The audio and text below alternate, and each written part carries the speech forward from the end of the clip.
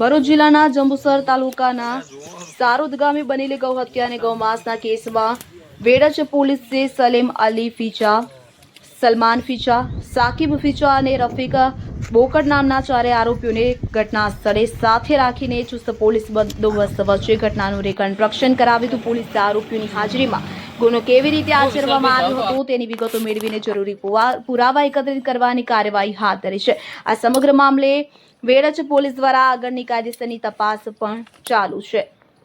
રંગુની જાકીર સાથે CN24 news Bharuch. હવે જુઓ દેશ દુનિયાની તમામ ખબરો તમારી આંગળીના ટેરવે. ઉઠાવો મોબાઈલ અને Google Play Store પરથી ડાઉનલોડ કરો અમારી CN24 ન્યૂઝ મોબાઈલ એપ.